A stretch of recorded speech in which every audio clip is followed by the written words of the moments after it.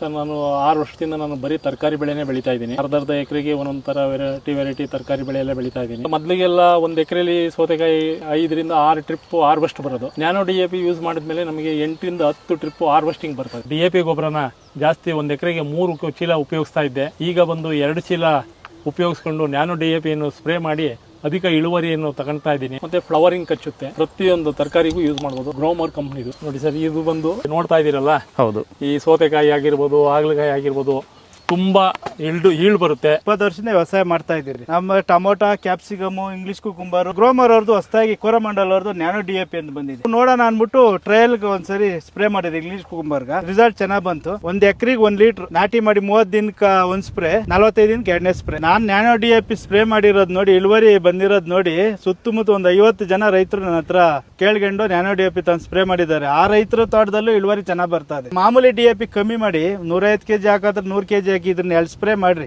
ಮುಂದೆ ನಿಮಗೆ ಗೊತ್ತಾಗುತ್ತೆ. ಇಳುವರಿ, ಗಿಡ, ಹಸಿರು ಎಲ್ಲ ಚೆನ್ನಾಗ್ ಬರ್ತದೆ.